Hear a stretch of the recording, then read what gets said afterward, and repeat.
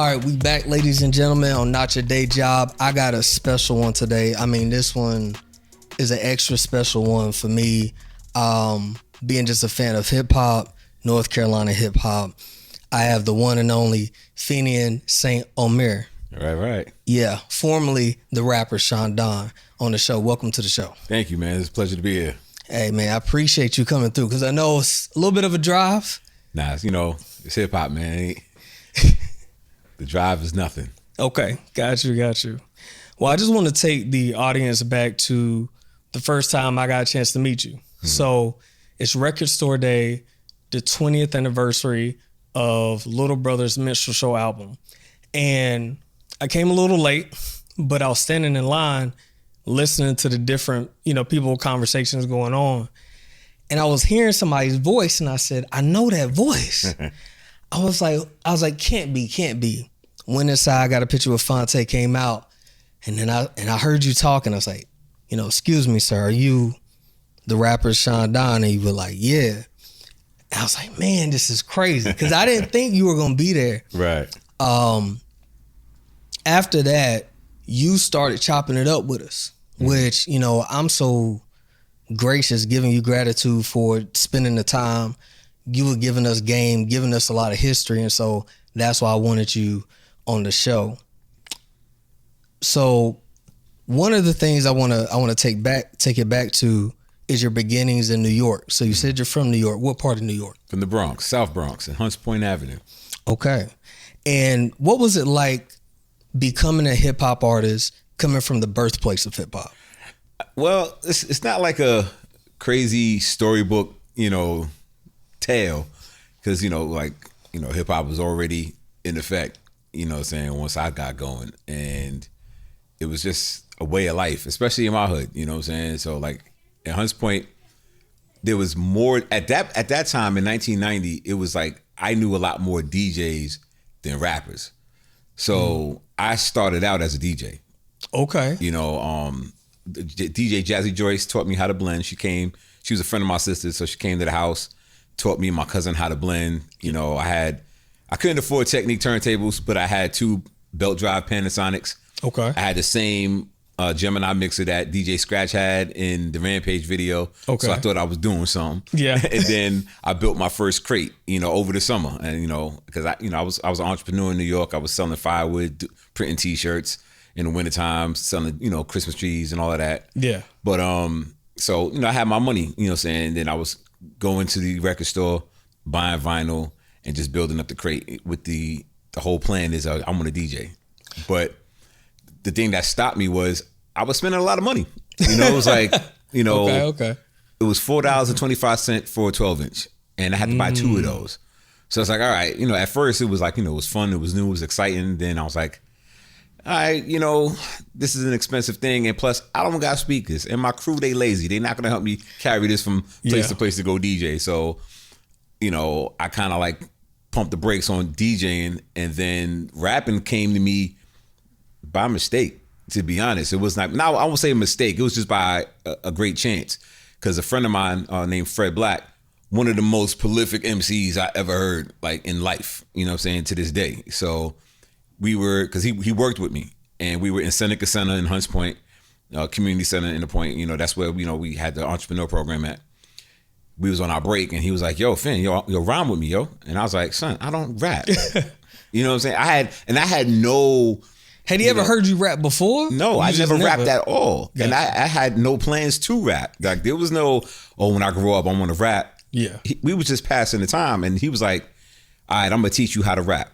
Okay. And he taught me how to rap, and then, I got a little bug to it, and I was like, all right, but I didn't take it serious until I saw they had a party in Seneca Center, and DJ Smoke Black, one of my homies, he and his man's Mike Smooth, my man's, our man's, like Hunts Point's, first MC to be on vinyl, Yeah. So they had a party at the Seneca Center, and when I saw the crowd gravitating to him, and it was like a movie, because it was like slow motion. Like literally, I'm watching it, and he's on the mic, and he was moving just like in that in that motion. I was like, yo, this is crazy. Like, I know Mike from hanging out in the park. Yeah. Now look at him. He's like, he's a star to me. So I was like, yo, I want that. Because I seen how the girls was looking at him, and I was like, yo, I want this. So then I started writing, and then it became a thing. Gotcha. That's amazing, man. So it was never the first goal.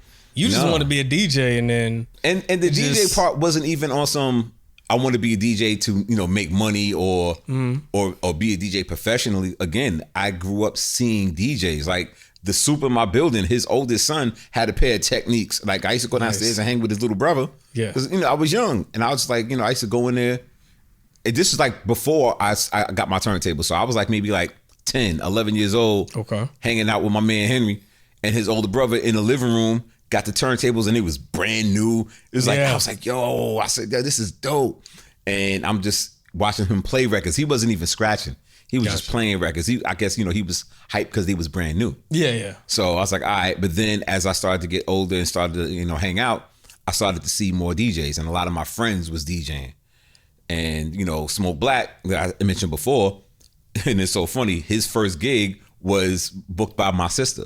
You know what I'm saying? So like he put me on some history with him, and I'm like, yo, that's crazy, right? And then so I'm watching all these DJs, and I was like, yo, that looks fun. I want to try it. But again, it wasn't like a goal or an aspiration.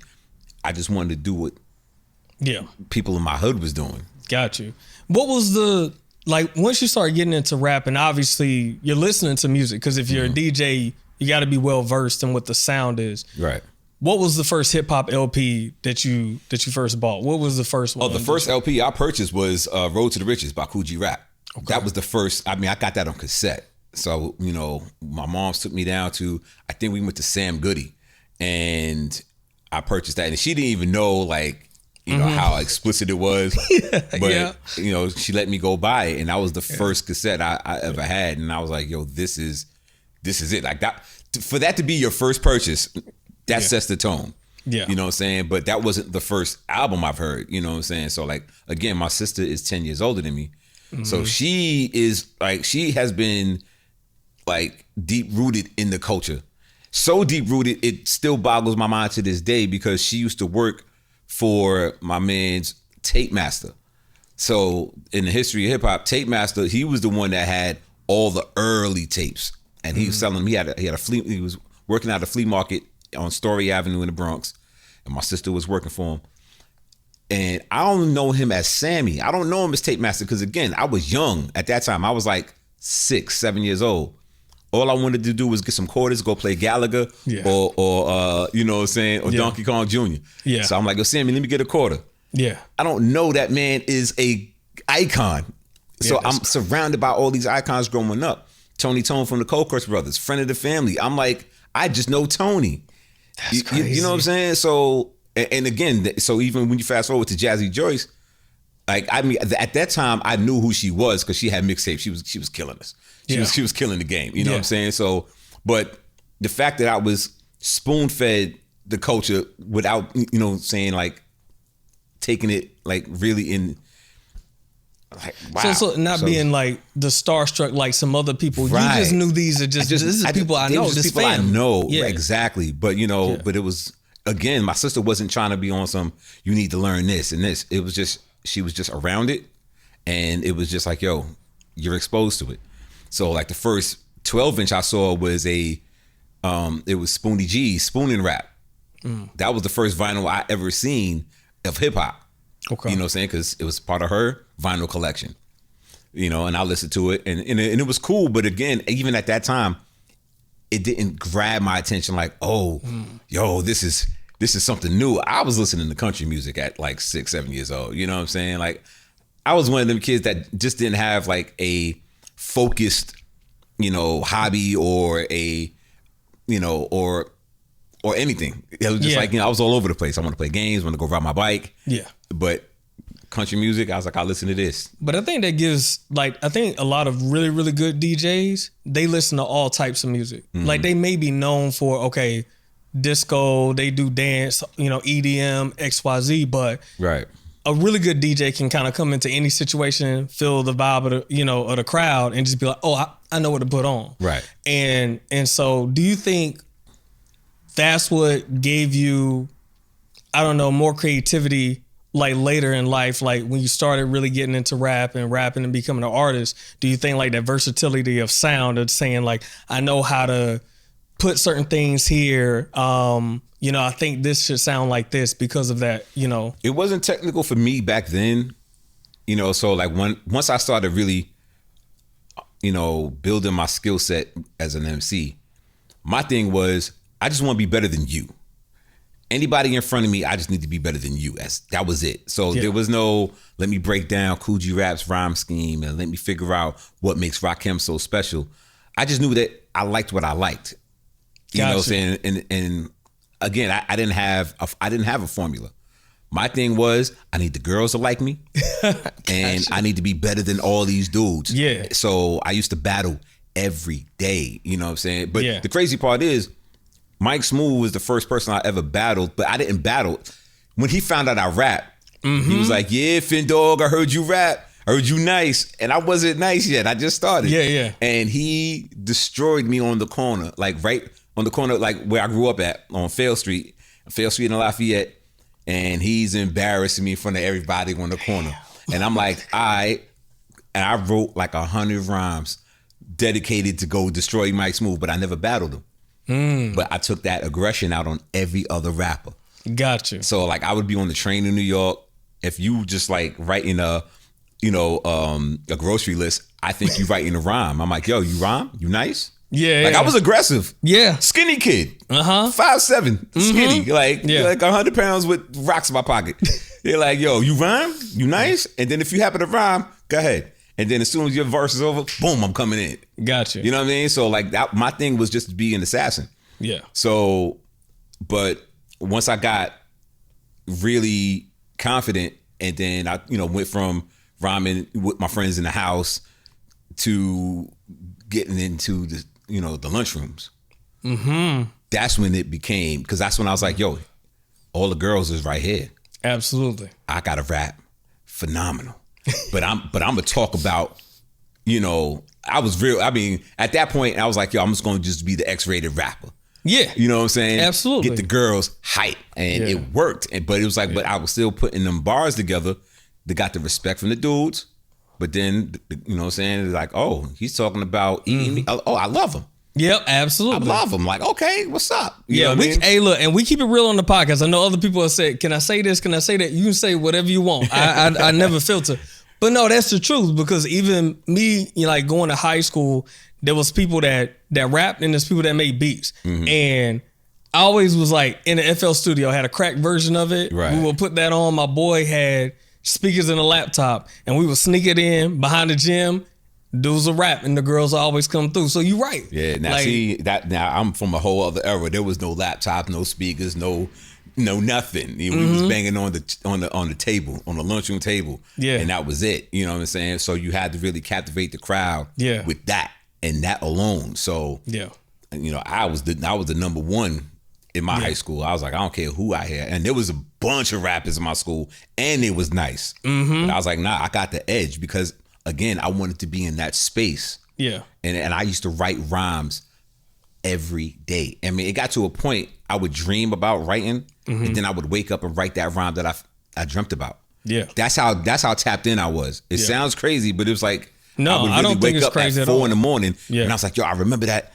And then I go right back to sleep. Yep. You know what I'm saying? So that was my thing. And I went to school with a new rhyme. Well, 4 or 5 new rhymes a day. And then I would go off the top. But it was like, nah, I got to hit them with these new bars. So I'm known for this. So was all those rhymes that you had from Mike were the same ones you took to school? Nah, like, this was all new. This was all new. All top of the dome. But the thing was, like, I always wrote those rhymes for Mike in case he ever challenged me again. True, but he MC. never did. Oh, yeah. So I was like, I'm never going to get that off. But it's like, all right, the rest of y'all going to catch this. You're going Got you. Hands across America, everybody catching it. You know what I'm saying? So that was the thing. And it became, an obsession, but then it was fun at the same time. Yeah. Because I got to really rap with some really dope rappers. I mean, again, Fred Black, his freestyle game was so dope. I was like, when did you write that? He was like, no, that's off the top. I'm like, nah. I said, okay, I got to level up. Yeah. So he was the barometer, you know what I'm saying, for me. And I was like, okay, I got to really set it off. But then I met so many other people, especially in my high school, and I was like, nah, I can't not be the center of attention. It wasn't like I was trying to be the center of attention on some ego, but it was like, nah, with this pen game, I gotta be known, because it's like, that's the main thing. Don't you think that's a part of the game though? That's what I feel like. I feel like a lot of MCs that I really respect, they just nice like that. And they're just like, you can't beat me. It's just a mindset. It is, and it's not. Because for me now, I don't care about being the nicest in the room. I care about being paid in the room. So like so that's my thing. Is like, okay, you can rap better than me, but you're not making more money than me. I do this full time. I am a full-time musician. Dog, do you think that's the natural progression though? Do you think that people start out and it's about the skill for them, and then maybe like with wisdom later on? But sometimes, I mean, you still got people like Redman that still rap like he got rent to pay. You know what I'm saying? So it just like, it depends on how it started for you.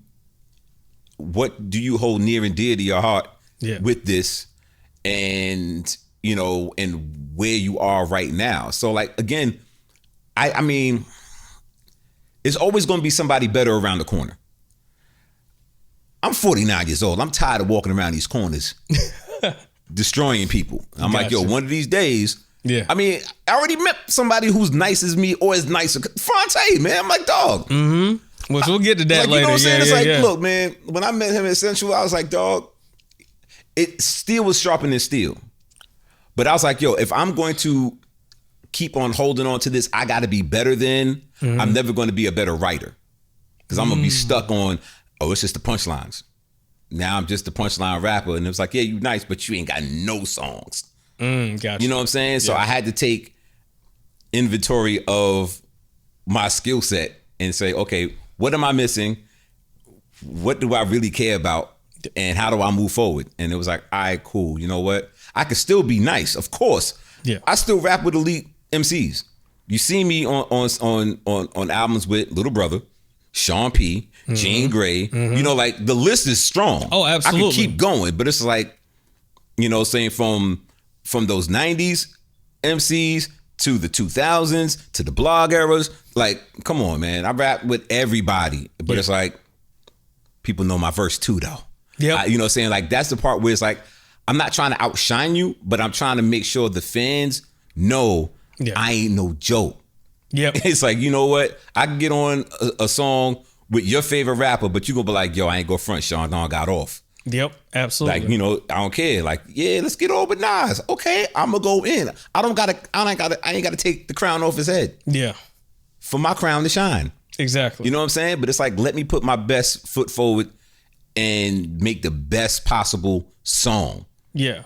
And talking about making music, did you have your first recorded music in New York, or was this after you moved to North Carolina? Nah, like it was 3 years after I started. Like, once I got my junior year of high school, I linked up with two of my homies, my man Kurt and Donovan. We formed a crew called SWAT Team. It was an acronym stacked with Annihilating Techniques. We was on that, man. Okay. And so we had a few studios that we can go to. So there was one that was, of course, it was still in the Bronx. We had one in Harlem that we went to. But the first one we went to was in the Bronx, not too far from where Kurt lives. And $25 an hour. We booked 4 hours. The first song we ever recorded, I produced it. But I didn't know how to use the machines. So I had the vinyl. I was like, hey, I need you to give me these drums, take this horn, chop that up, and then give me this bass line. And in an hour, we were done. And we had 3 hours left over. And I was like, so, gotcha. We're going to do another song? Yep. It's like, you know what I'm saying? So like, we were already like in that mode of recording. We had demo tapes and everything. So, and in high school, there was a couple of cats that had some real dope tapes. But I was like, nah, you ain't beating us. Gotcha. You know what I'm saying? Because Donovan, he an elite MC, and, he from Jamaica, so he could do the reggae records.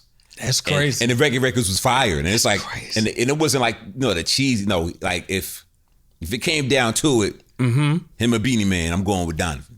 Okay. Like, nah, son was that nice. Yeah. You know what I'm saying? And he had a look to him. He was tall. He was, he was a barber, so he was cutting his own. He had his own hairstyle. Like, nobody had his cut. Girls loved him. Yeah. So I was like, yo, we got the formula. You know what I'm saying? Kurt, he was like the best dressed in high school. He had the Avrexes, you know what I'm saying? The Tommy Hilfiger. And I was like, all right, cool. And I was like, all right, you the heartthrob, you the snazzy dresser. Hey, I'm the one with the raps, dog. I'm going in. You know what I'm saying? Gotcha. It's like, because I didn't care about clothes like that. I had Air Jordans in high school and I gave them away. Gotcha. I was never that type of, you know what I'm saying, that type of dude then. But I'm like, I just wanted to rap. That's all I focused on. And did y'all just make songs or did y'all end up creating an album? We only did, as the group, we never made an album, but we had about, we had multiple demos, and then Kurt moved to Canada early. Like his parents was like, yo, we gotta go. Okay. And they moved to Canada, so the group was like done. But then me and Donovan pushed forward, and then we was a part of another crew called Family Tree. And, you know, my man Music Maestro, you know what I'm saying? If you tapped in, that's a super producer. He produced for everybody.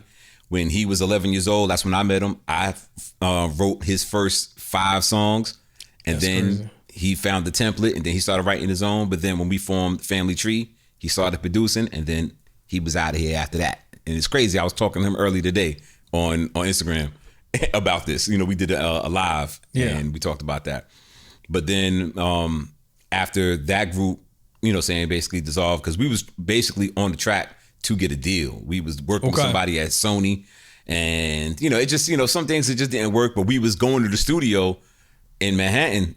And well, actually, we was in Manhattan, going to the studio all the time, cutting records. So I had the you know, saying the experience of doing that. So my main focus was, again, write these songs. It got to be solid. You could still be a top tier rapper and still get your point across, but still make a dope jam. Yeah. Because if nobody's bobbing their head or dancing to it, what are we doing here? Right. You know what I'm saying? So it gave me that. So like it took some time to really become the person I am today as an MC. And I think that's a really good point that you bring up, because I always think about, a lot of people will say, certain people like rap. One of the guys that I had on before was MKB. He's a local kid, really good. But I was saying there's like rap today that's like vibes, you know what I'm saying? And then people will say something about J. Cole that I find very interesting, is that he can rap, but sometimes I just don't feel it like he makes enough for me to party to, to vibe to. It's always something serious. Right. What do you feel like do you feel like that's a hard thing to, I guess, kind of blend between trying to make music that people can dance to, feel good to, but you also have a message in the song? Or is that too overblown? I'll tell you the truth. As long as you know who your fan base is, it don't matter. Gotcha. It don't matter. Like, I don't make vibey music. I'm nice. You know what I'm saying? I ain't gonna hit you with inaudible words. Yeah. You know what I'm saying? Like, I'm not standing on couches at the disco checks, man. I'm sitting on sofas counting distro checks. There's a difference. That's different. You know what I'm saying? Yep. So I'm like, I'm old, dog. I'm like, you know what I'm saying? So like, to a 16-year-old right now, I'm not making music for that person. If a 16-year-old wants to tap into my music, welcome. Come on in. Yeah. The water's fine. Yeah. Everybody's having a good time. But I'm not coming to the playground to, you know, saying, to kick my raps to kids that don't want to hear raps. Yep. You know what I'm saying? So I'm not breaking my neck to find a new fan base. Yep. The ones that came up with me are still buying my records. Do you feel that there are rappers that are considered, I guess, more the veterans that are trying too hard to blend in? Sometimes. Gotcha. Sometimes, not all, but not a big number. You know, saying, because again, they figured it out. Like, you know, why try to chase something new when, you know, saying the foundation is still there. The buildings are still standing strong. Yeah. The people are still living in those buildings. Sell to them. Stop trying to find a whole new neighborhood to go sell at. Like, for what? Like, if it, you know, saying, if they want it, they're gonna come to your hood. Yep. Every crackhead don't live in your neighborhood, dog. That's a fact. But when the blue tops is popping, they coming far and wide. Yep. You know what I'm saying? Yep. So I'm like, yo, look, I ain't got time to be, you know, saying tap dancing. Yeah. For people that don't know what music is. I feel like that's just important to just know who you are, know, like you said, your audience, and just staying true to you. Right. I did want to go back to, so you had the group that kind of disbanded. It was just two left.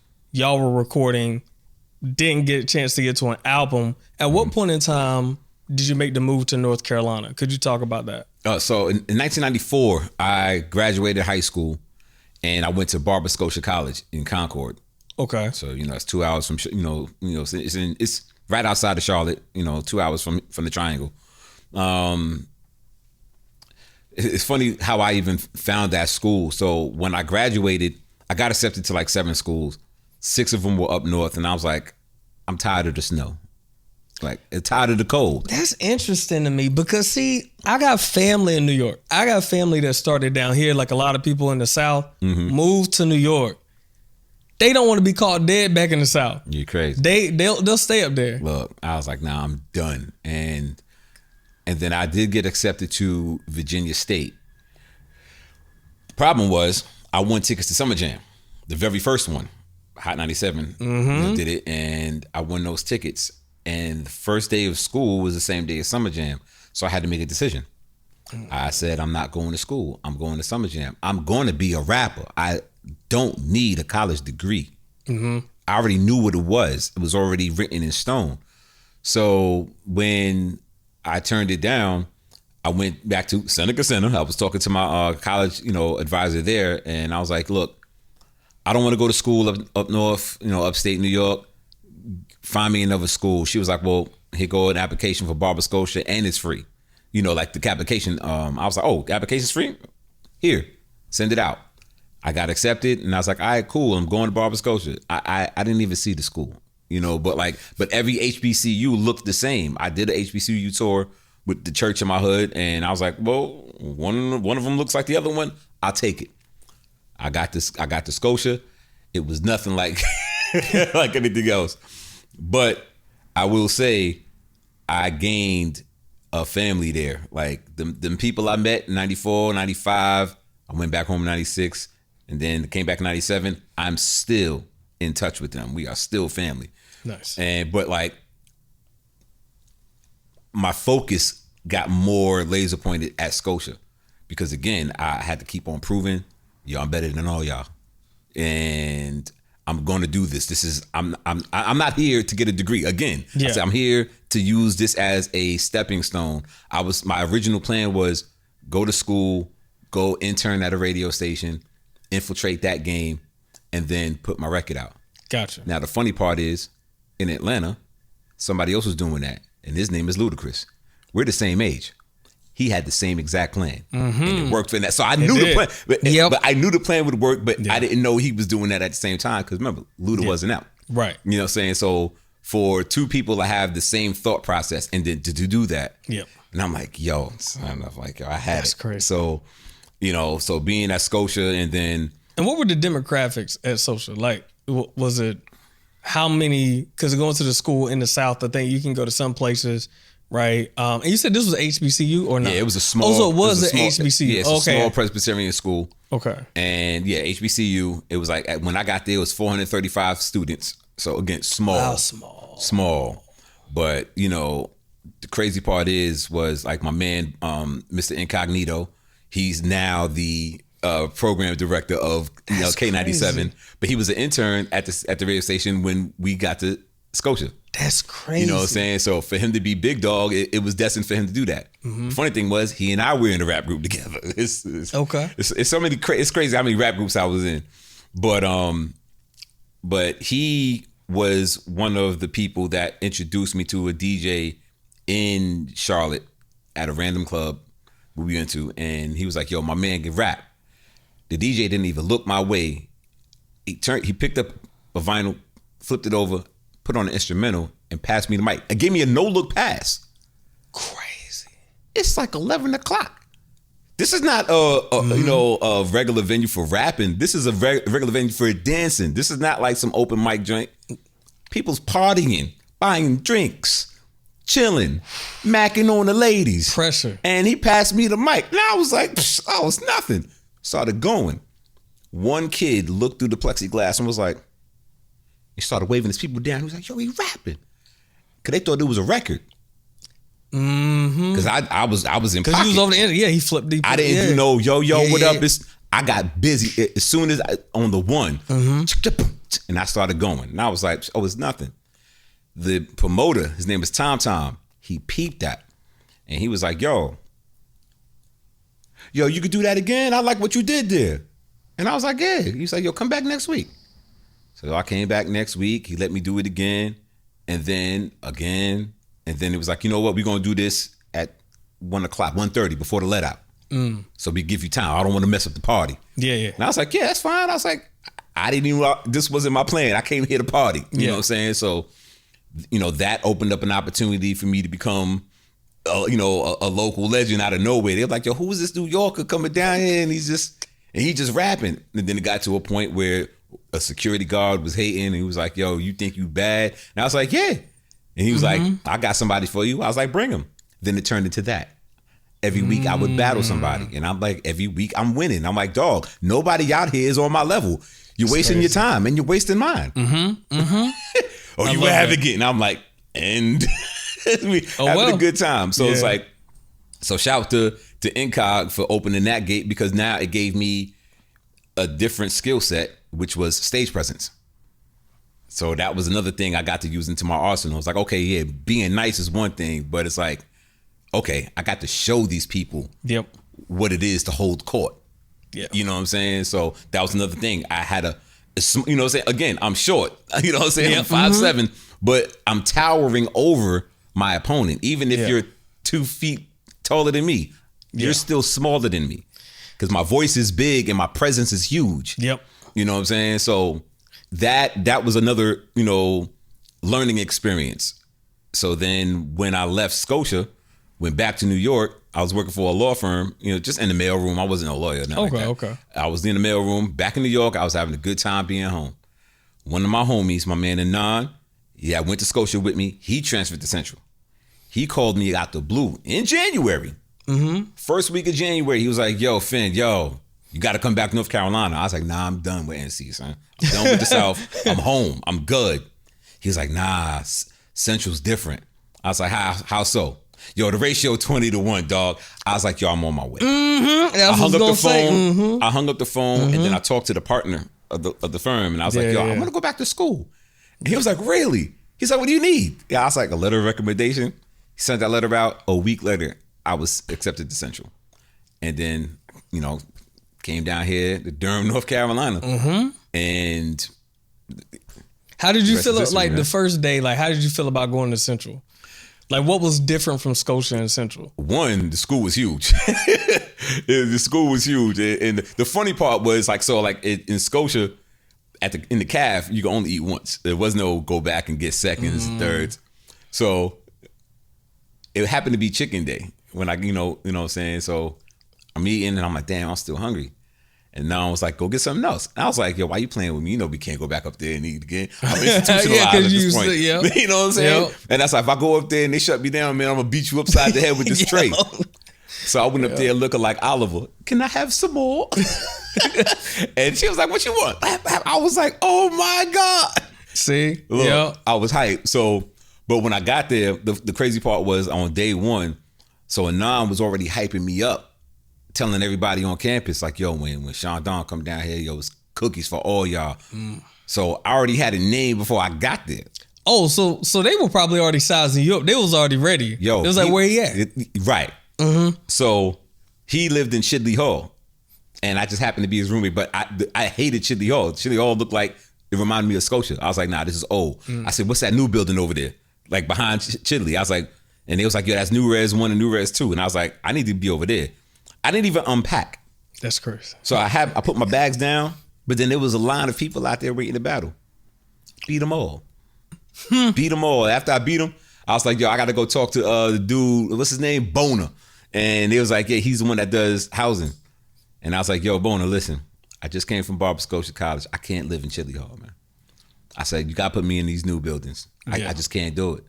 You know what I'm saying? And he was like, all right, I got you. Yeah. And it hooked me up like the same day. Gave me keys and everything. Nice. I was like, wow. Nice. It's like, hey, man, you got to ask. If you don't ask, you're gonna stay where you at. Now when you were there, so your name starts getting around Central. Everybody's like, okay, this kid's nice. Everybody wants to battle you. At what point did somebody say, there's a bro over here named Fonte? Funny you say it that way, because that's exactly how it happened. Interesting. So I can't remember who said it, but he was like, yo, yeah, you nice, but I got somebody you need to hear.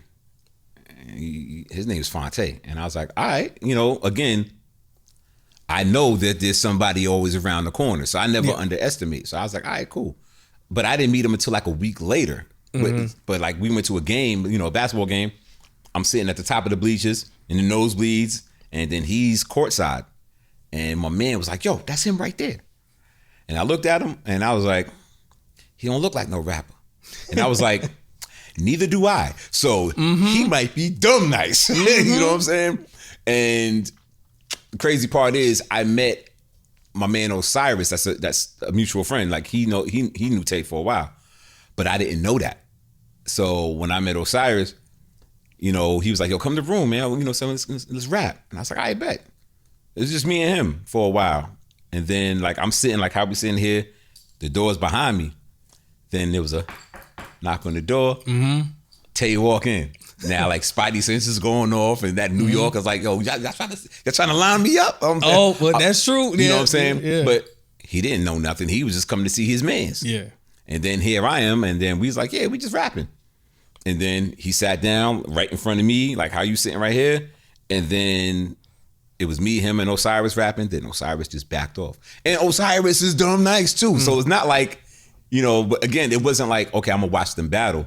He just was like, yo, I want to watch them, like clash them swords and sharpen that steel. So we went, verse for verse, but not battling, just trading verses. And then when he was like, off the top, I knew what time it was. I was like, okay. I said, now we're going to see who's really like that. And I was like, yeah, he's rapping. I was like, yeah, I got to step my game up. And I was like, all right. And I was like, I got stronger that semester. I was like, yep. Was Fonte the strongest person that you feel like was rapping outside of US Central? Yeah. Gotcha. Yeah. So you already knew from the standout, you were like, okay, before we even get into like Little Brother, right? And the creation and everything like that, you already saw that. You were like, I was like, nah, I said, that something special. I said, I mean, like the end of the day, man, I was like, yo, all I can do is don't get embarrassed out here. And it's like, yo, be the best me. I don't have to be better than him, but I got to be the best me at the end of the day. Yeah. You know what I'm saying? But I was like, I saw what type of time Tay was on. I was like, nah, son, I gotta get stronger. I was already strong. And I was like, I see where he at. I'm like, nope. Yeah. I was like, nah, he's different. He's, wow, different. And I'm glad I met him because it made me a better MC. You know what I'm saying? So, and then even today, like we talk about, saying like, and it's crazy. We have conversations about music without really having conversations about it. Because there was a convo we had about maybe 2 years ago that changed my whole writing style. But it wasn't like he was saying, yo, you should do this. It was just, like a 5-word sentence he said, and it just changed everything. And I was just like, I leveled up again. Dealing with my meds. You know what I'm saying? So I feel like that's just such a great moment. Like a lot of people don't get a chance to meet people like that, but I feel like it's destined. Like you said, it was always going to be that way. And then obviously at some point in time, you start meeting producers. So who were the producers that you started to meet first? Did you meet Ninth first? The Crisis? Was Crisis at Central? Crisis was my intern, but I'm gonna get to that. Okay, so, cool. Basically, before I met Tay, before I met Pooh, I met this kid named Joe Drama. He was the one that basically kind of connected everything. Yeah. So he was like, yo, you nice. And I was like, yeah, I need a producer, dog. I was like, I'm trying to, get back in the game because before I left, I was working with this producer in New York named Pavarotti. Super dope. And he can rap. Like he was Jay-Z nice. Like he even had Jay-Z's vocal tone. I was like, that's son, crazy. Like, yo, I swear God gave me a hip hop scholarship. He was like, yo, I'm gonna put you around all these people and you're gonna be fine. You know what I'm saying? So then when I got here and I was like, I lost the best producer I ever had. I'm like, what am I gonna do? Yeah. And Joe was like, I got somebody for you right now.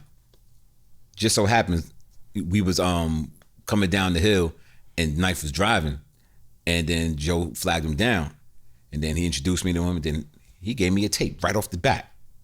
But at this point, he's not Ninth Wonder yet. You know what I'm saying? None of us are who we are at this point. This is 1999, North Carolina Central University. Yeah. He gives me a tape, and I'm like, I bet, we gonna connect. So then timeline, meet Ninth, then I meet Tay, and then I had my radio show on campus on I always forget the name of it. It was Audio Net. So that was for the campus. And I met Pooh there because Joe and Pooh had a show together, and their show was right before mine. That's crazy. So that's how I got to meet Pooh. And so like things just started to kind of happen. This is like the big And what bang year theory. was this? This is 99. 99. That's crazy. This is 99. So we eventually formed a group called Gimme. And I always forget the original acronym, but we all had our own at the same time. So mine was God, I Murdered Many MCs.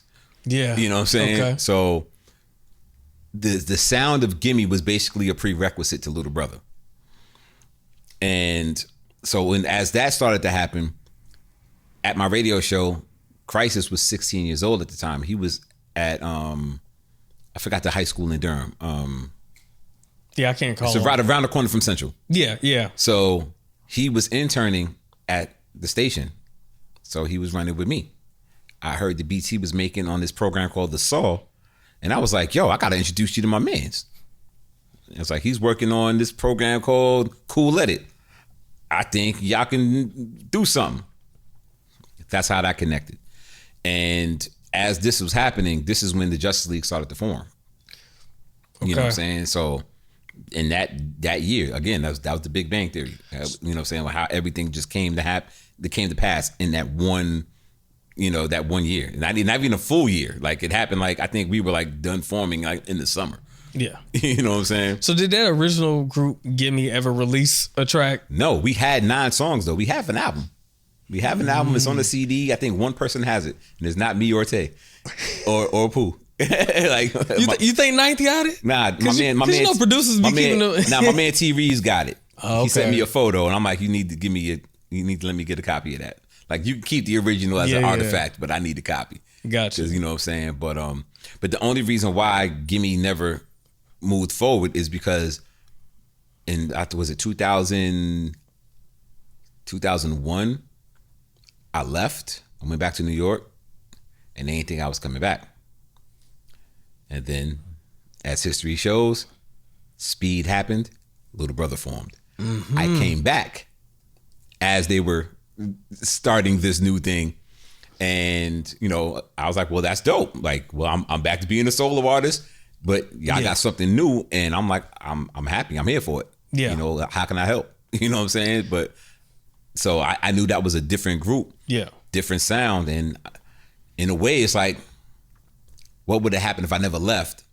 But if I never left, y'all never got Little Brother. That's true. You know what I'm saying? Like you would not have gotten the listening, the minstrel show. It would have been totally different. Yeah. It would have still been dope, but I'm like, parallel universes. I keep seeing all the different possibilities, but I'm glad it went the way it went because y'all got to really tap into a beautiful body of work. Absolutely. You know what I'm saying? And even for me, it's like, okay, yeah, I wasn't directly a part of it, but I'm still a part of it. I'm more Little Brother than anything. Yeah. Than anybody at this point, you know what I'm saying? For real. Even when I'm by myself, you know what I'm saying? But the dope part about it, at least for me, is I got to understand how this game works by being outside of Little Brother. So, I road managed for Little Brother. Of course, me, I've sold merchandise for Little Brother the whole time. You know what I'm saying? So even when they got their deal with Atlantic, I would always be there in Atlantic in the office. Just kind of like. How was that experience? I mean, for me, again, like for them, it was different, you know what I'm saying? Because that was their job, you know what I'm saying? But for me, it was dope because I got to see some things that most people will never see. I got to meet people that most people never meet and understand. Oh, they have a marketing department. They got the radio department. And so I'm like, I'm soaking in all this game, and I'm like, oh, so this is how this works. And now in 2025, I'm fully independent.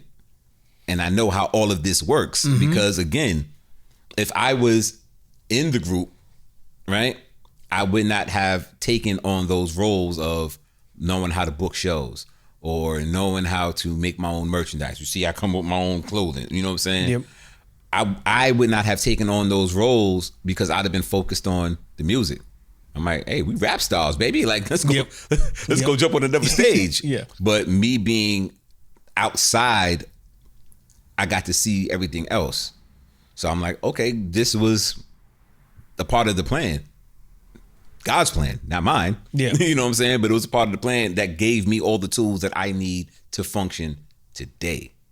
And I think that's beautiful because we typically hear a lot of stories about groups, and no matter what genre of music, people start getting like, I guess, at odds with each other. Everybody wants to be the star. Groups break up. People don't really support one another. But you came back and you were like, oh, okay, this is what's happening. I got you. Like, that's family. Right. Like, we're all trying to improve and do better. And this is why, to this day, you still see me standing shoulder to shoulder with Fonte Coleman and Thomas Jones. It's not Fonte and Rappaport of Little Brother. It's Thomas Jones and Fonte Coleman. These are my brothers. Yeah. This is why I'm still with them now. You know what I'm saying? Tour's over. They're not making no more albums. They're not going on tour. Guess what? I still stand with them. Yep. I don't stand on their shoulders to benefit me. Yep. I stand with them because they're my brothers. Yep. I'm going to do everything I'm going to do for me anyway. If I'm going to continue my rap career, guess who's going to do it? Me. I'm not asking Tay and Pooh to help me out. Because think about it. I got 11 albums. Show me an album that's featured Little Brother. I never featured Little Brother on my album. And that's by design. Because again, and it's not on some, I don't want to, I don't need their help. It wasn't that. But it was like, let me build my name. They built theirs. Yeah. Let me build mine. So I know it's real. Yeah. I don't want to get an opportunity because of them. Right. You know, let me get it on my own. And then now, when I make this new album, oh yeah, I'm calling my brothers. Okay. Because I'm producing my own record. Now it's gonna make more sense for me to have Little Brother on my album now. Because why? Y'all ain't never getting no more Little Brother music. That's true. So if I put them on my record and it's produced by me, it raises my stock as a producer. They be like, oh, what was that track Little Brother was on? Yeah, Finn did that. Yeah, right. You know what I'm saying? Yeah, that's gonna absolutely. Move. But now it's not on some, do this for me. I got to make sure the beat dope. If they don't like it, they ain't on it. That's true. So this is not a guarantee. Nope. You know what I'm saying? There's never a guarantee, no matter how much brotherhood I got with them. If I don't like the record, they're not getting on it. If it's whack, they're gonna be like, exactly. This if it ain't even got to be whack. If it ain't a collective effort of this can be something, then it's nothing. And I'm good with that. You know what I'm saying? So I'm like, all right, of course I want them on this record. Of course. We gonna see. It makes me think about like Kendrick talking about TDE, and he even rapped, I forget, was it the Heart Part 6, if he talked about the story, how TDE was starting, and J-Rock was the first one that got signed. Right. I'll look at that same thing, like people know Kendrick and they feel like, okay, that's the biggest out of TDE, but people forget J-Rock was the first sign. The one that had it on he was back. Opening for J-Rock. Right. They was out here, jumping in the same cars, carpooling, trying to go to shows with each other to make sure J-Rock was good. And then they show that love to each other. Right. So they're all featured on each other's albums and XYZ, but I just love that because I think we don't get enough of that. I think a lot of people, I've seen a lot of groups, a lot of rap groups, recently just disband and everybody wants to be the star, but nobody wants to help anybody else. Or like T-Pain was saying on, I think it was a podcast with Shannon Sharp. He's like, people only want to be your brothers when they can get something from you. See, but that's Now, I did see that. Now, I would say that's not always the case. But in his case, yes, because you got to think about it. He ain't come up with none of them. He didn't know Khaled. He didn't know none of them people. Like, none of these people were in his peer group. Yeah. He didn't go to school with none of them. He didn't come up in the hood with none of them. That's true. He was in the industry with them. I came up with Tay and Pooh. That's true. We was out there like, all right, yo, you got $10 on gas. We got to go to, so we got to go to Burlington to the studio. You know what I'm saying? Like, I bet. Like, you know what I'm saying? Like, we have 25 years of brotherhood. You know what I'm saying? So, like, when I hear that narrative, I'm like, yeah, that was happening to you. That's not a worldwide thing. Yeah. Because the people that I call my brothers have been my brothers. Yeah. And and you can ask them. I don't lean on them because of who they are to y'all. Because think about it, I would have did that already. Yeah, you know what I'm saying? Like, truthfully, when I did my mixtapes, Little Brother hosted a mixtape, but they weren't on the mixtape. Because again, I was like, I don't want the people to see or have that perception of, well, he's only here because of them. Yeah. I got here because of my skill set. Yeah. You know what I'm saying? They put me on their records. You know what I'm saying? Yep. And, and they didn't have to. You know what I'm saying? Because I never, and you can ask them, I never was on some, yo, let me get on this record, yo. Which is kind of crazy because you're learning so much about the process when they go to Atlantic, right? And we get the minstrel show. You're on the minstrel show.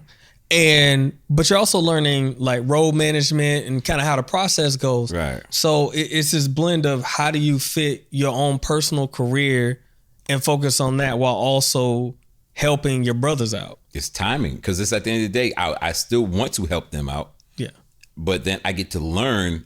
It's on the job training. You know what I'm saying? And plus, even when we was on tour and I'm at the merch table, they would do the songs I'm featured on. I would get Crisis to come to the table. I'd run through the crowd, go do my verses and come right back. You know what I'm saying? So they still gave me, time to shine. I'm like, I'm only doing 2:16s and I'm out. I don't do no crazy, yo, what up? This is me. Hey, I come to do my part and I'm gonna go back and get to work. I got money to make. You know what I'm saying? So, again, it's on the job training, and it was just, I got to learn everything that most people will never get to see and learn it in real time and then apply it at the same time. Yeah. You know what I'm saying? So I was just in the dope position. You know what I'm saying? So you got this one song called Three Kings with Torre and Sky Zoo. Yeah. Love those two. Like y'all went crazy on that record, in my opinion. And obviously all of y'all being from New York, but you had a rhyme in there, and we kind of touched on this about like people trying to fit their music to the time and not just being true to themselves. But you had the ringtone era is over. Now women throws rose petals in the path of the crown holders. And I was thinking, what do you think this era of hip hop is for you? What do you call this era of hip hop? Because I feel like I keep hearing this all the time between other artists on podcasts. It's like, how do you define it for yourself with your history of hip hop? I mean, this is just the new version of the ringtone era. You know what I'm saying? It's a bunch of microwave music, but that's just on the mainstream level. Culture-wise, we're thriving. Yeah. Everybody's putting dope music out. Skyzoo just dropped something new. You know what I'm saying? I'm waiting for Torre to drop something new. I didn't know. I wish Shot let me look at the camera. Shot Stimuli, it's time for you to get back in the studio and do a full-length album. Thank you. You know what I'm saying? But then you got who else? I mean, of course, everything that's Nas is doing over there, putting everybody album out. You know what I'm saying? Mobb Deep gave us album of the year. That's true. Now I know it's not the 12th yet as we're recording. So I'm still waiting to see what Nas and Primo does, but these are not mainstream commercial releases. So this is showing you culture over commerce. De La just hit us with a classic. You know what I'm saying? Ghostface is still out there giving us beautiful, timeless music. Like, come on, Ghost don't miss. Yep. Raekwon gave us, you know what I'm saying, the Empress Clothing. Like, come on, man. Like, Clips. Come on, them brothers, they performed at the Vatican, dog. Like, See, you know what I'm saying? And the culture's fine. Oh, the culture's fine. The culture's fine. Yeah. It's just that, people kind of just harp on what's on the radio, but most of the people that complain on the radio, they say they don't listen to radio. So then, like, what are you complaining about? Right. And the part that's crazy, especially on social media, everybody likes to talk about what they don't like, but not highlighting what they love. So I'm like, if you just switch the narrative, hip hop will be fine. Absolutely. You know what I'm saying? Like, again, like, do you think there's a renaissance of, I don't want to define it too deep, but I guess I'll just say like the 90s era of hip hop. Do you think there's a renaissance where you see certain new artists coming out that are starting to, I guess, rap kind of like that era? Because I've seen that happen. It's always been that way. That's the thing. That never changed. Yeah. You just missed it. You know what I'm saying? If you weren't tapped into the blog era, then you missed all them artists that was rhyming the way my era rapped. Right. And then now you got Coast Contra.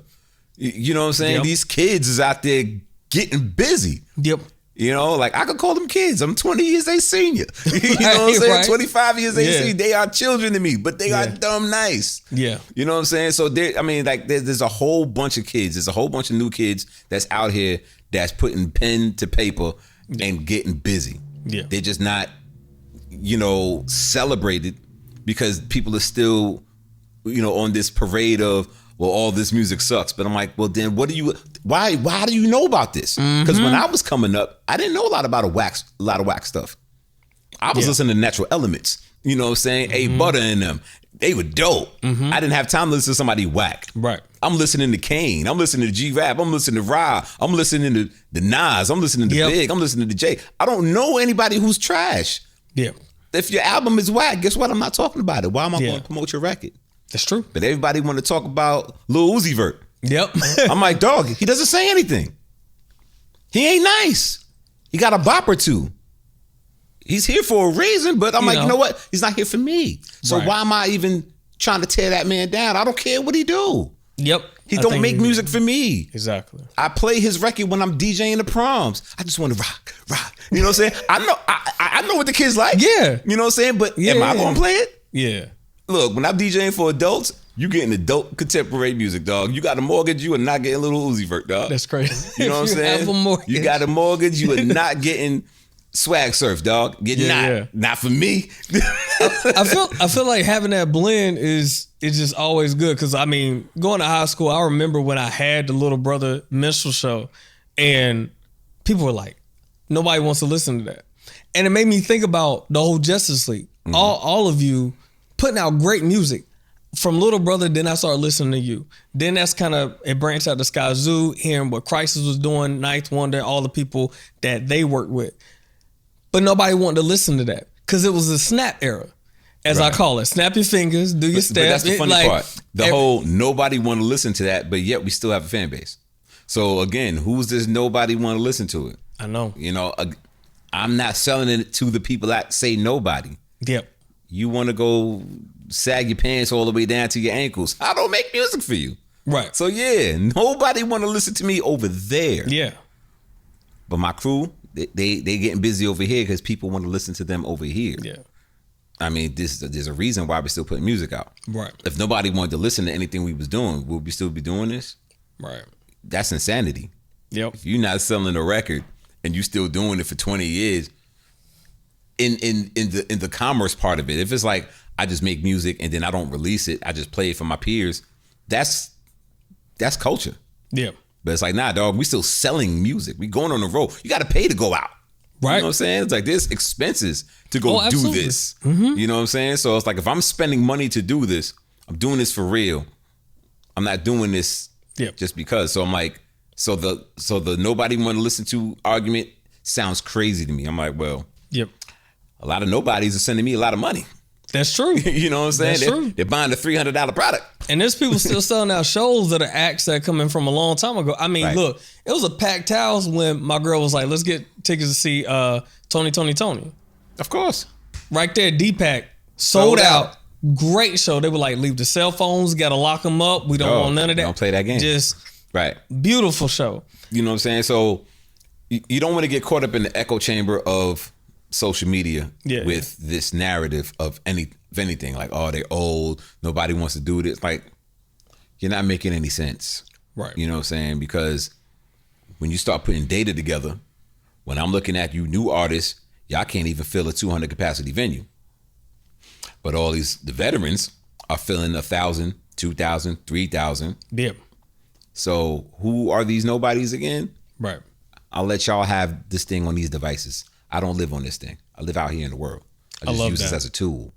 But, the people that live on this will have you believe nobody want to listen to clips. Oh, really? Yeah. Okay. Any one of your vibe rappers ever perform at the Vatican? Right. You know what I'm saying? Like, nah. Any one of your vibe artists ever do Rockefeller Center like Nas? Nah. But nobody listens to Nas. Yeah, okay. Like, really? Like, yeah. You can't just put a nobody in Rockefeller Center. I mean, not Rockefeller. I mean, I always. Yeah, I know you're talking about. I'm from New York and don't remember. Yeah, I know you're talking. Okay, I'm bugging. But anyway, you know what I mean. You know what I'm saying? Radio City Music Hall. Yep. Mm-hmm. That's what I meant. Not Rockefeller Center. Radio City Music Hall. And it's sold out. Yep. You know what I'm saying? So I was like, who's having these conversations? And then why am I arguing with a fool? True. I sound crazy. I don't chime into a lot of these conversations. Yeah, they're meaningless. They go nowhere. They're baseless. Yep. And I'm like, even if I hit you with facts, you still want to feed lies because, lies spread faster than truth. That's true. So I'm like, I'm not getting on here and arguing with fools all day. And when you talk about data, it went back to what you were telling us outside. You were giving us a lot of game about how you felt about physical media. Mm-hmm. Because I've seen that. I've seen that when I was in Florida going to college over 10 years ago.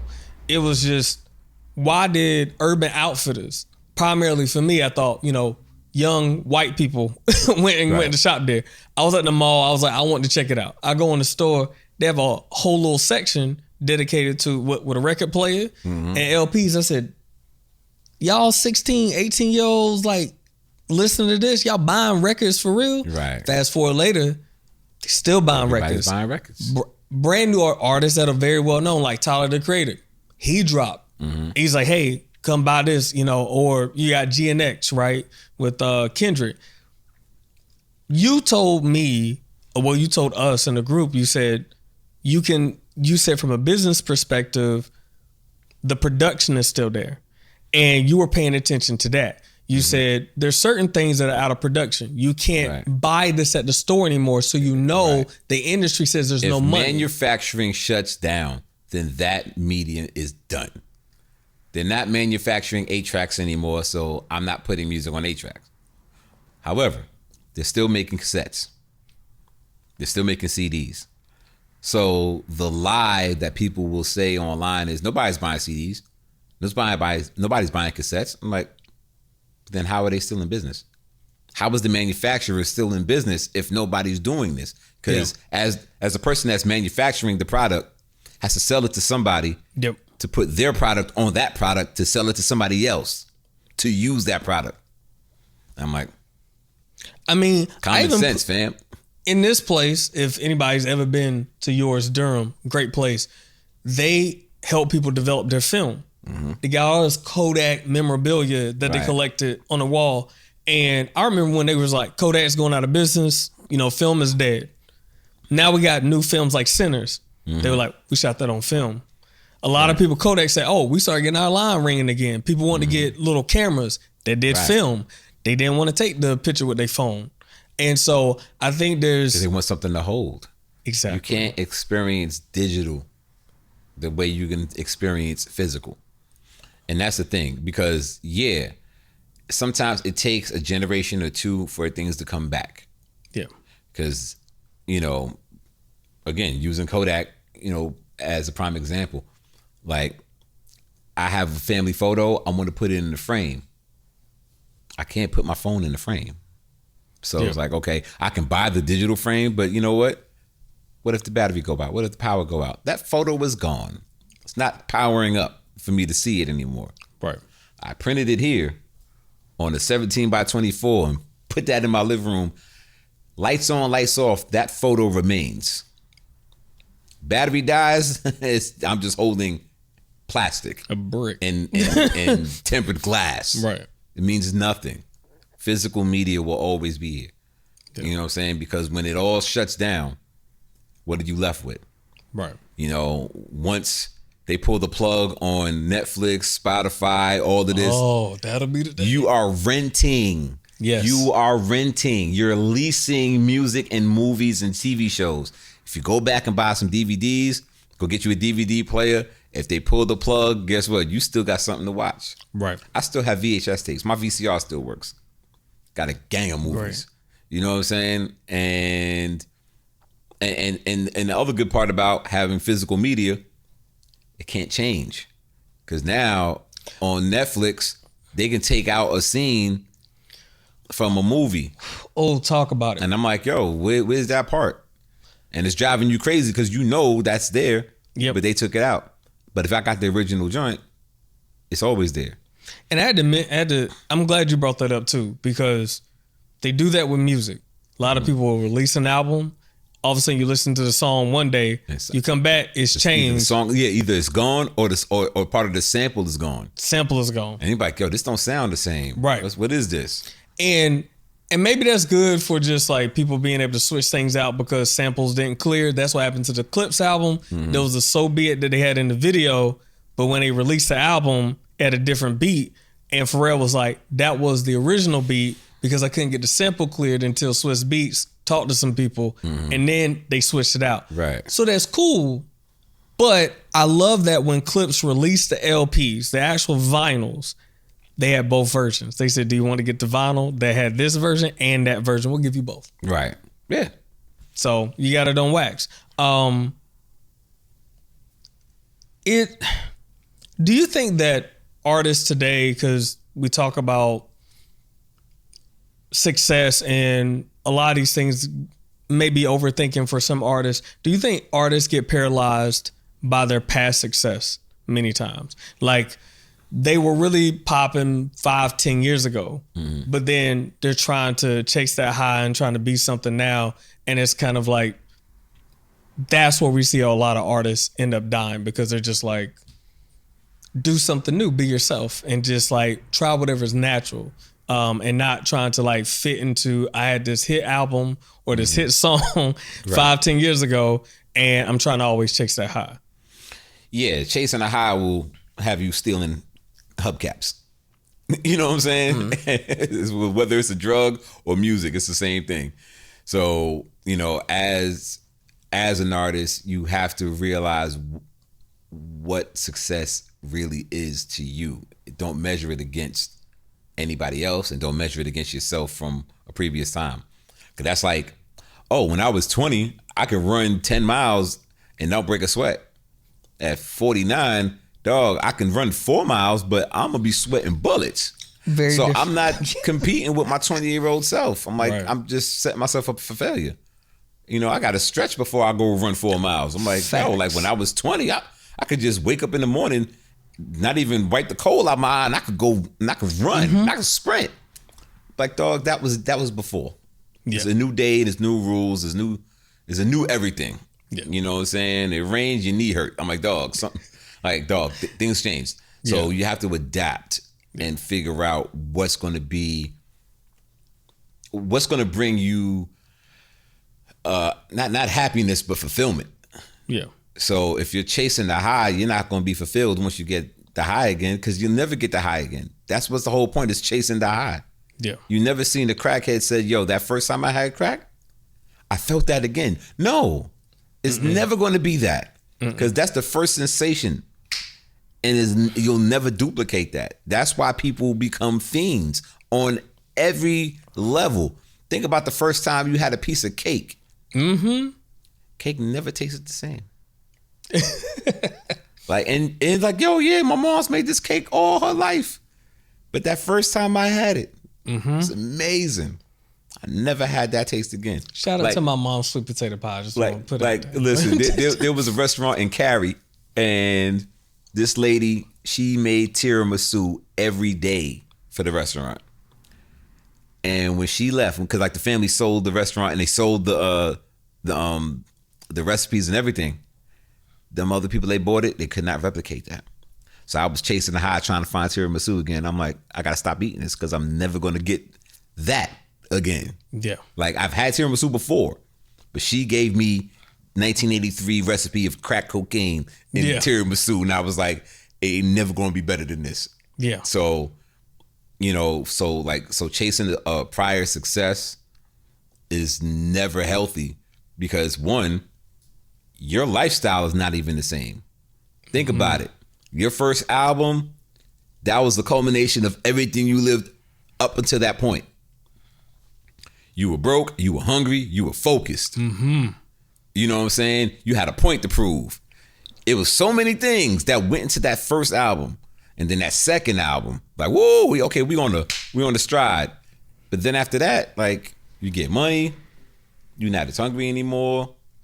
Your contemporaries probably are not even in it anymore, so you're not even having that killer instinct because you're not competing with the people that was making you stronger. Yeah. These new kids, they could be nice, but it's like they're not nice like them. Yeah. You know what I'm saying? So I'm like, I ain't that hungry no more. It's like I'm not out here trying to be the heavyweight champ no more. For what? Yeah. I could beat y'all. Y'all not really inspiring me to, again, because y'all fight different. Right. Y'all don't, you know what I'm saying? Like, I come in here, I'm ready to knock you out in the first round. Right. You want to, Yep. You want to dance. Like, you don't want to fight, you want to run. Right. But you're a good runner. I get it. It's like how people try to say Floyd Mayweather's not really a dope champ. But I'm like, yeah, but the point is not to get punched and then to knock somebody out. Right. But like, we came up on Mike Tyson. Hey, get up in there. It's different. Get up in there and fight. Mm-hmm. We hate watching Floyd, but it's like, but not for nothing, he's doing his job. Right. But yeah, apples to oranges, but with music, it's like, yeah, like, it's a lot of kids that's nice right now. Right. In North Carolina. I'm not coming outside for them. Gotcha. They're not going to make me better. Yeah. They not.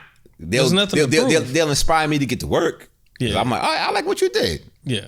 But I'm like, y'all ain't little brother. Mm-hmm. Y'all ain't Legacy. Y'all ain't Median. Mm-hmm. Y'all ain't Skyzoo. Y'all ain't Torre. Y'all ain't Fresh Daily. Y'all ain't, you know what I'm saying? Like, I can keep going. Like, y'all ain't none of my contemporaries. It's like, this is what it is. I'm like, nah, I seen them come up and do the impossible. Y'all just doing what we did. Now, did that factor into the name change? Was that like a transition of Sean Don was a certain time in my life? Like you said, the first album, that's everything. I was hungry. I made this. Right. But now that I'm older, I don't have anything to prove. You already answered the question. That's exactly what happened. And of course, lifestyle is definitely different. So again, I'm like, things that I did as Sean Don, I don't do as Finian St. Omer. So I'm like, because I seen it happen on my second album. I seen the chatter on the blogosphere when I started, talk about, getting married and all of this and being in love with my woman. And they're like, somebody said, this motherfucker in love? And I was like, am I not supposed to grow up? I said, y'all not gonna Peter Pan me. Right. I'll start over. I'll get rid of 40% of y'all. I was Thanos before Thanos. I'll snap y'all out of here. It's nothing. I don't care. I'm not chasing y'all. Right. We're not on the same level. Like, I'm winning in life. I have a great life. So you're miserable and you want me to just continue to rap about things that I no longer do. I'm not doing that. It's not a reflection of me. Yeah. So, and now, because if you think about it, like even back in the day when I became Sean Don, I just didn't know how to market Finian St. Omer. I didn't know how to do it. Yeah. Now I do. Now I'm like, well, let me be a brand new artist, but with all the knowledge that I had. So this is that, if I could go back in time with everything, this is that. And with this name change, is that what brought in the side of you that wanted to start producing? No, I always wanted to produce. I just didn't have the time to learn it. Gotcha. You know what I'm saying? So like, again, a lot of things was just presented to me at the right time. So, when I got to learn Fruity Loops. My brother-in-law showed me how to use it in 2 hours. And I was like, I watched Crisis in Ninth use this thing. And I was just sitting there like, yo, what are y'all doing? I know it's dope, but I didn't understand. And I wasn't trying to learn either. But at that time, I think it was like 2010. I think that's when I started to like really kind of like take an interest in it.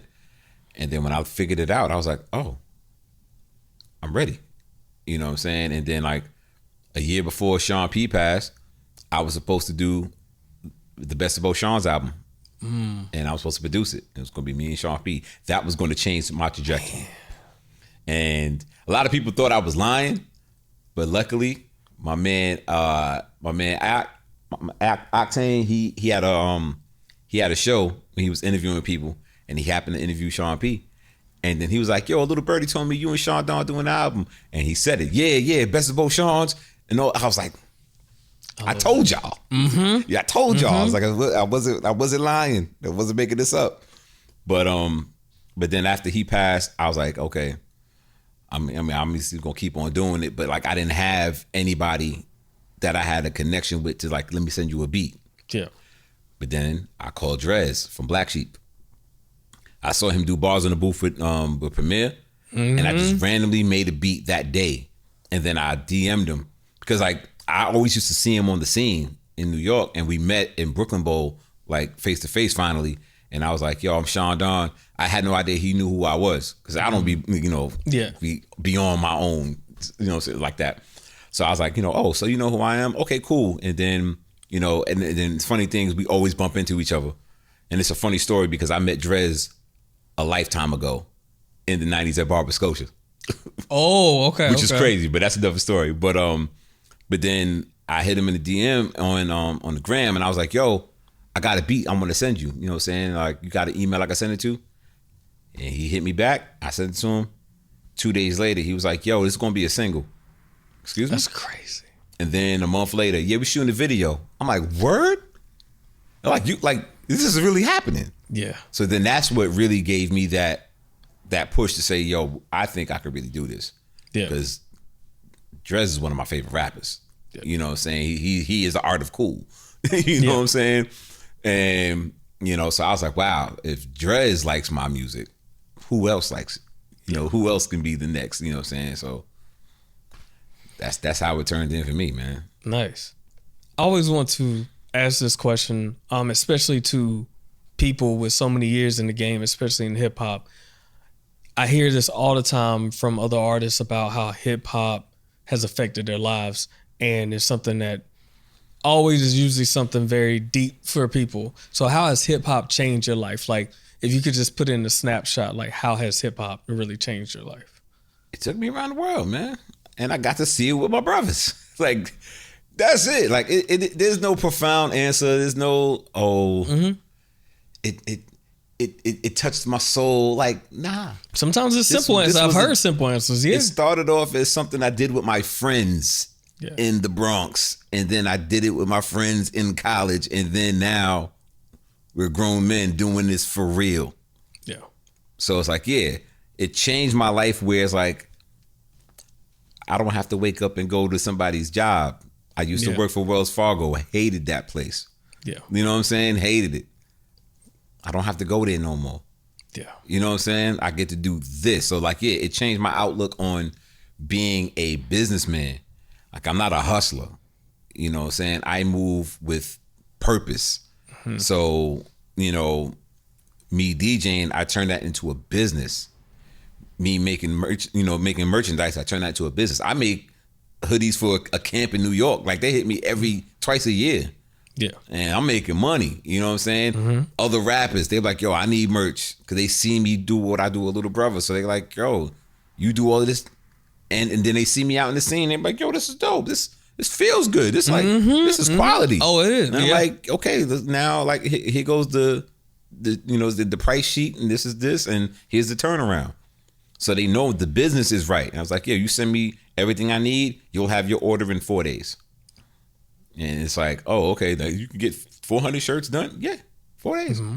Because it's me doing it. Yep. You know what I'm saying? Like I got the time to do it. Absolutely. You know what I'm saying? So, and then even to, I run my own label, Golden Era Music, so everything is a business. Nothing is a hustle. Everything is done with a purpose. And I do the research, and then I watch what my brothers do. I mean, like Tay got, foreign exchange music, FE music. Yep. Who got for members only. So I'm like, I sit back and watch what they do, how they set up their situations. And I'm like, okay, well, how you do this? All right, cool. I'm gonna try to apply that for myself. Yeah. Cool. You know what I'm saying? And then again, just learning the game, even to touring. Like now I, like I know how to book tours. Yeah. I could put people out on the road now. There's a lot of money in there. Yeah. Absolutely. I get paid to send out emails. I don't even say I book shows. I get paid to send out emails, dog. Like for real. I made a lot of money putting out LB on the road. Yep. You know what I'm saying? So I'm like, well, let me put out some more artists on the road. Like it's just, hey, here goes the one sheet. Here goes here's the idea of where they're gonna go and how much how much is their the guarantee gonna be. Yeah. I get 10% of that. Okay, cool.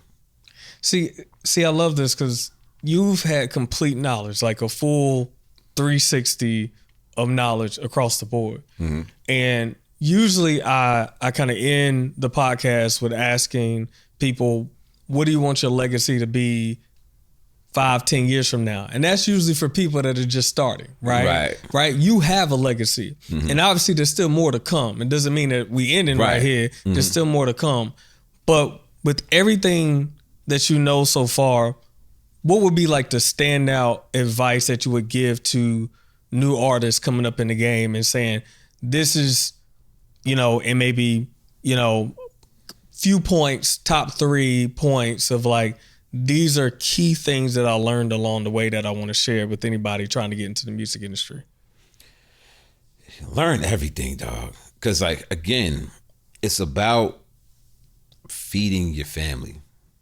If you can do what you love to make some money, learn the business. Because, I mean, at the end of the day, me being a DJ, me being a rapper, me being a producer, me being a t-shirt printer, me being a booking agent, 5 different disciplines. It's all the same job. It's all the same job. Did I say rapper? No. It's all the same job. You know what I'm saying? Mm-hmm. Like, the end of the day is making sure you're doing it correctly to where you could be in business for 20 plus years. You know what I'm saying? Because if you run it as a hustle, it's going to last as long as any hustle. Hustles don't last long. Hustles fail. Businesses thrive. You know what I'm saying? Businesses fail if you with a hustler's mentality. But if you know what I'm saying, but like again, if you sit back and learn how the market moves, how people change and where people are, you know what I'm saying, in their lives, and once you know how to sell them something, then you're fine. It's all the same thing. That's why I say I get paid to send out emails. I'm not booking the show. I'm sending out an email. I'm not selling an album. I'm sending out an email. Finian got a new album and it's dope, and here's why it's dope. I send it to a whole bunch of people on my email list. And then those that read it, oh, I'm a copy. Yeah. I sold an album with an email. You know what I'm saying? I sold a show with an email. I sold a t-shirt with an email. I sold everything with an email. Again, it's just how do I do business? I know where you are. You're on your phone. Yeah. Cool. So when the phones go down, I'm back to flyers. Hand in hand. I know the business. Yeah. Because before this, it was hand in hand. And I hear you mention email constantly. And a lot of people today will say, well, but wait a minute, what about the ad campaign through Facebook ads for Instagram? Now, I won't say a full waste of money because there is a formula to do that. I don't know that one yet. That's another thing I need to learn. You know what I'm saying? But if you don't know what you're doing, that's when it's a waste of money. So let me clear that up. Yeah. So there is a method to the madness, but if you don't know what you're doing, you're wasting your money. Yeah. You know what I'm saying? But the tried and true method of emailing or texting your fan base, that is always going to be the foundation. always. You know what I'm saying? So like me trying to boost a joint on the gram, it doesn't make sense because now that there's no method on that. The gram is you're fighting against Instagram. It's an algorithm. Yeah. You don't know the algorithm. You're fighting against the company itself. Yeah. I'm not competing with you. Yeah. I'm not trying to get more eyes off of you to watch me. I'm competing with Instagram because they keep suppressing it. People with multi-million followers can't even reach multi-millions. So then, like, who am I reaching? So where does it make sense at? Yeah. So when Kanye does a drop and he does it on Instagram, he's only reaching but so much. Right. And then he has to wait for everybody's algorithm to catch up. But he doesn't have that problem. He has an email list. That's why his stuff sells out in 24 hours. Right. He's doing old tech stuff. I'm not fighting this new stuff. It's not designed for us to win. Spotify is not designed for us to make money. Tidal is not designed for us to make money. Apple Music. None of them are designed for us to make money as musicians.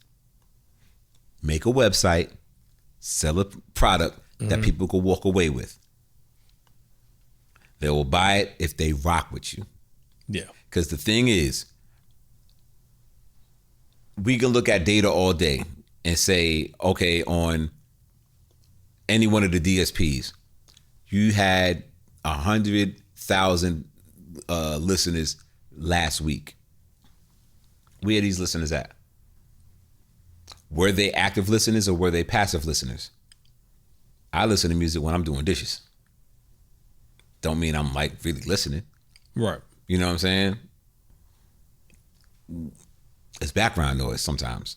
So just because you got the stream doesn't mean you got the fan.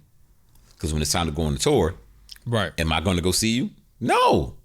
Yep. Like who? I've seen some TikTok artists literally get the sound bite. I don't know Little Fuji film. Yep. I ain't going out there. Like, yep. And then I look. I was listening to Little Fuji film. I'm tripping. I don't even know when I heard Little Fuji film. Right. You know what I'm saying? Yep. So like I'm a passive listener in that aspect. Yep. So you can't. Little Fuji film can't sell me nothing. I'm like, dog. Well, like I said, you get the little sound bite, like I say, from like TikTok, and it's like everyone knows that 30-second bite or usually like a 10-second bite from your song, and then they go on tour, and all they know how to repeat is a 10-second verse, and they can't sing anything else. And you're like, right? Because again, you're not that's microwave. You're not selling, slow cooked meals. You're selling McDonald's, and then now everybody's sick, and then you know what I'm saying? Nobody know how to listen to music no more because you're selling them 10-second clips. Yeah. So I'm like, nah. Yeah.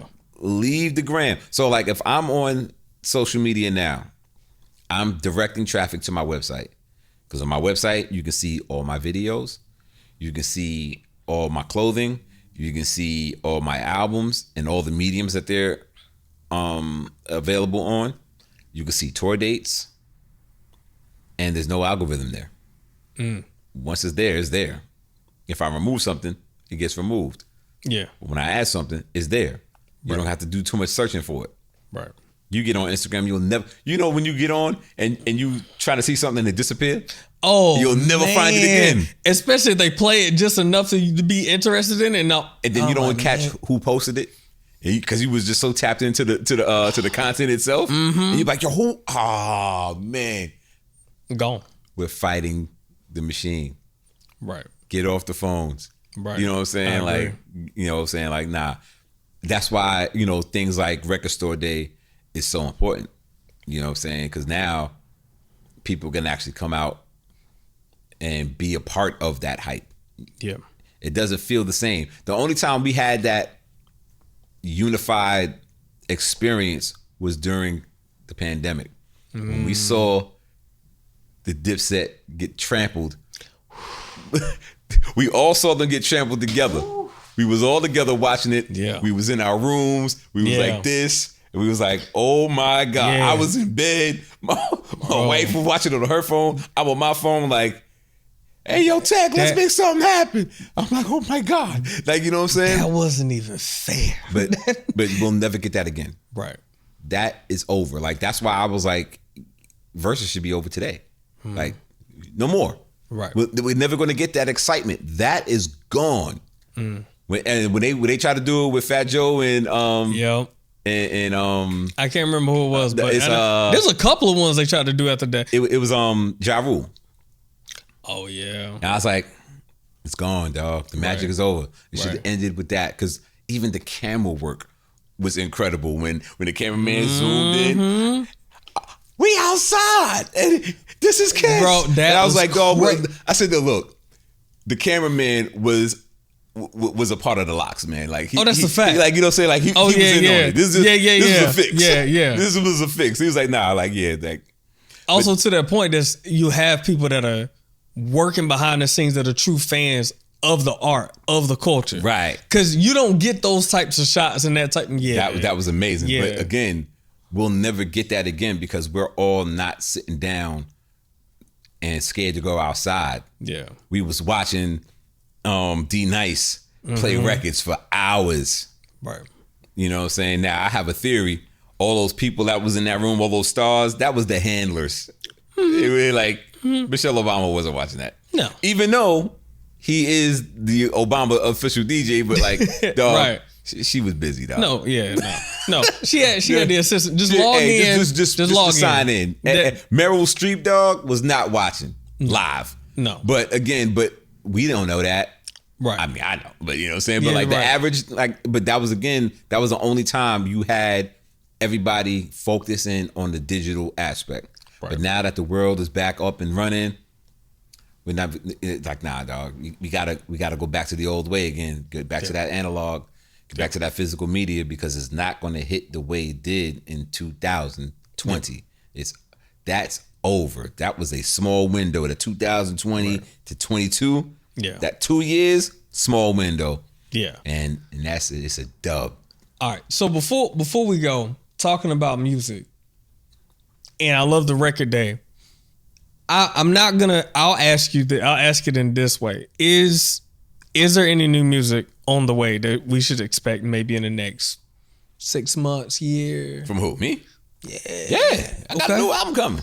Okay. I got a new album I just want to coming. make sure I wasn't, because you were telling us at record store day, but I didn't know if I should put it on tape, you know. Yeah. It's called In the Key of Me.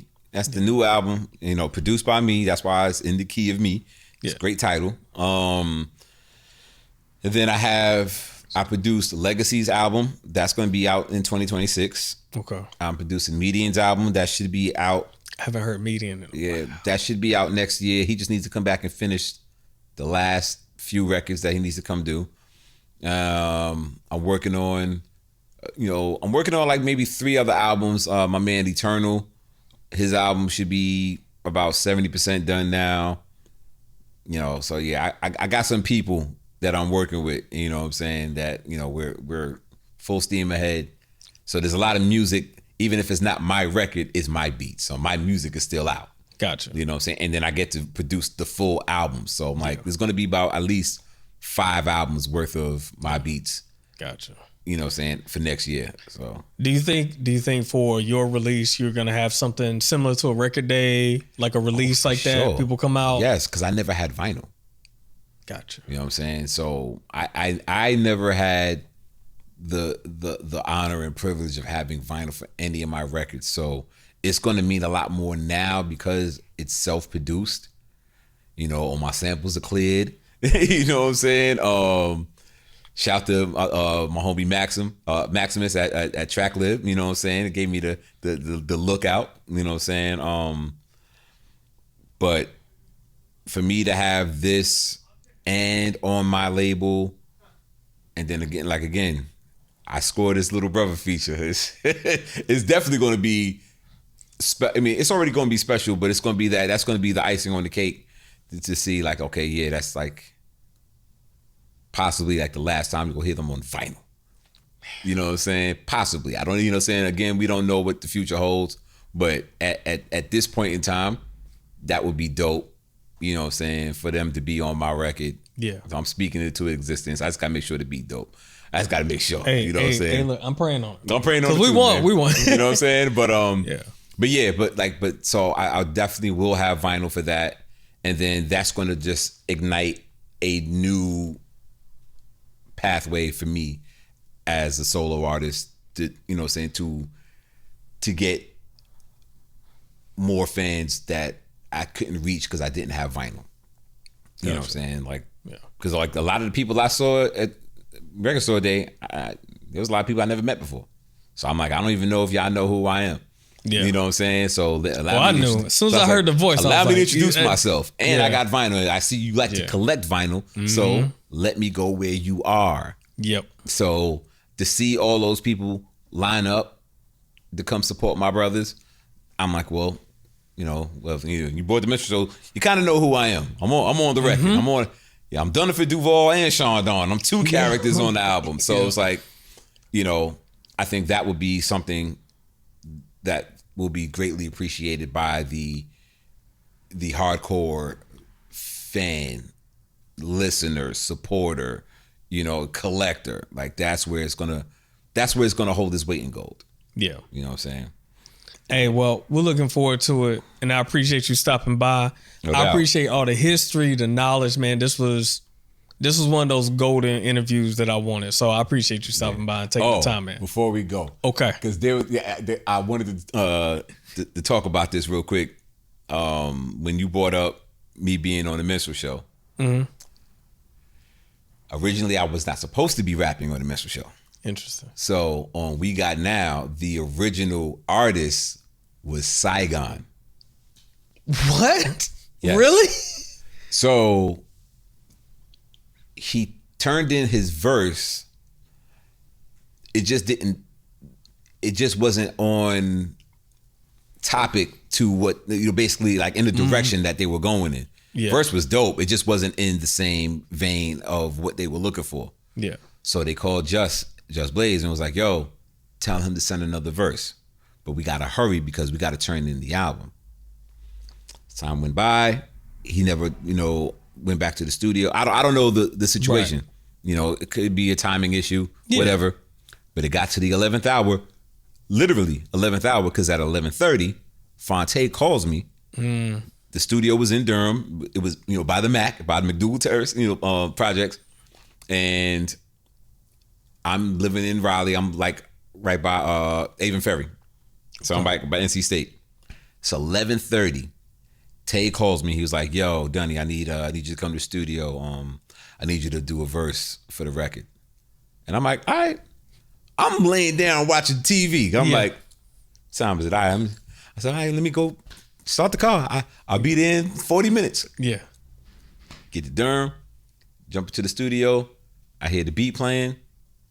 And I'm like, all right, let me hear y'all verses so I know where to go with it. Did my joint in 2 takes. The first take, I was just too loud. He said, scale back a little bit. And I was like, all right, cool. And then you heard what you heard. Yeah. But the funny part was the beginning of We Got Now. He goes, where you here now? Sean Don, where you at, nigga? Saigon, where you at, nigga? They see how funny how like our names sounded alike. When Tay went and did that part, we laughed for about 20 minutes, dog. Because it was just like, you're supposed to be on this record because the switch was quick. Yeah. So shout to Saigon. Thank you for not turning in your verse because that was my first, national release. Yeah. And I got paid for that verse. So thank you. I owe you a bottle of champagne, brother.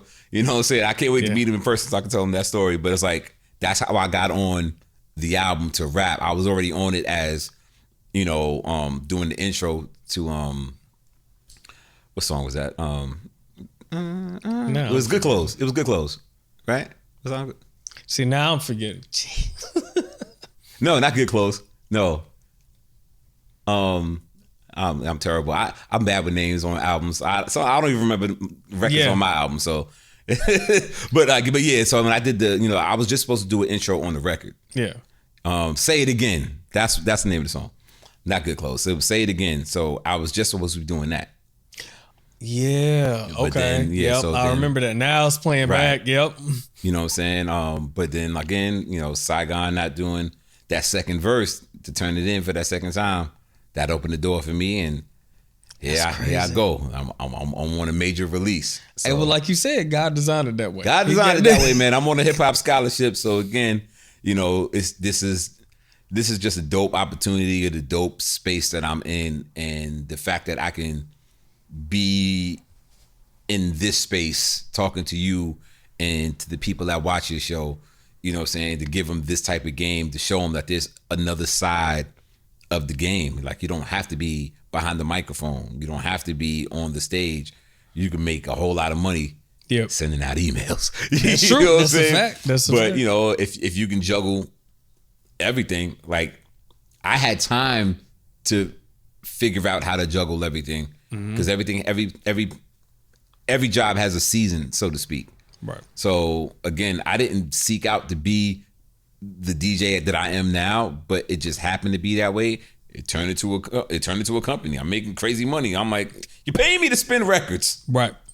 I'm going to turn this to a business. And Golden Era Music is the shell company for all of this. So you know what I'm saying? That. Yeah. So now it's just scheduling. It's just figuring it out. Okay, when I'm doing this, I could take a time out and breathe. Then I could go do this.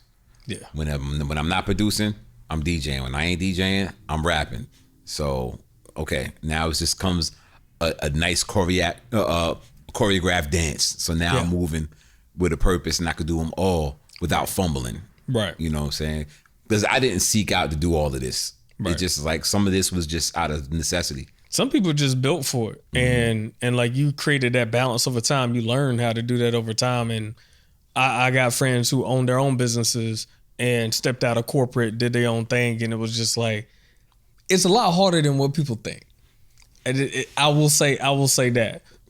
Maybe you don't see it that way, but it's like when I look at you and look at other people who really step out on their own and do their own thing, I think a lot of people glamorize like entrepreneurship and I can do all this and I can do all that, and then they get into it and their motivation was just the money. And right, and that's what I'm about to speak on. It's like, if it's just about the money, you're not gonna love it, and then it's gonna become a job.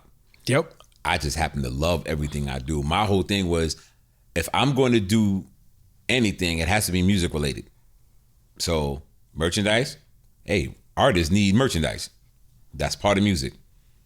Booking shows, that's a part of music. So I love doing that, because even if I'm not booking for myself, I'm booking for somebody else, and I get to open up an opportunity for that person to live the life I lived. So I'm like, yo, I saw things just I've been off where of you music. been. Right. So it's like, yo, I want you to see this. Yeah. You know what I'm saying? Go ahead and do it better than me. You know what I'm saying? I'm one of the few people on this planet that want to see people do better than me. Right. Because if I could tell you to do something to elevate you and you surpass me twice, then I guess what I'm gonna do? I'm gonna go take my own advice. I'm like, oh, this works for Son. Let me see if it can work for me. Right. You know what I'm saying? But again, it's being that bridge. We can all eat. We can all be in the light. You know what I'm saying? It's like the sun just don't shine on me. The sun shines on all of us when it's up in the sky, dog. You know what I'm saying? So it's like we can all shine together. Right. You know what I'm saying? Yeah. But yeah, that's what it is. But you gotta love you gotta love it. You know what I'm saying? And when you love it, it's not a job anymore. And then your passion pushes forward. And then now it's, what else can I do to make this stronger? You know what I'm saying? Like, okay, now I'm in a position to where it never feels difficult. You know, like things will get, things will get tough, but it's not going to be, debilitating. Right. You'll be like, nah, you know what? I'll come back to this tomorrow, dog. Clear mind, and I'll attack it again with new eyes. Right. And then like, all right, cool. Now we good money. So yeah. But you just can't have it as, money driven, because if you're chasing the dollar, you'll never get it. Yeah. But you move with purpose, the money will chase you. I think that's a good lasting point. It's like move with purpose, move with intent, and they usually get better results out of that. Right. But hey man, I appreciate the stories, man. I appreciate you coming through. No doubt. Driving out here again, another 45 minutes. Hey, coming it's all out here, good, man. It's all I appreciate good. it. Yeah. But yeah, man, that's the episode, man. I appreciate you coming through. Thank you. All right, thank you. All right. Peace.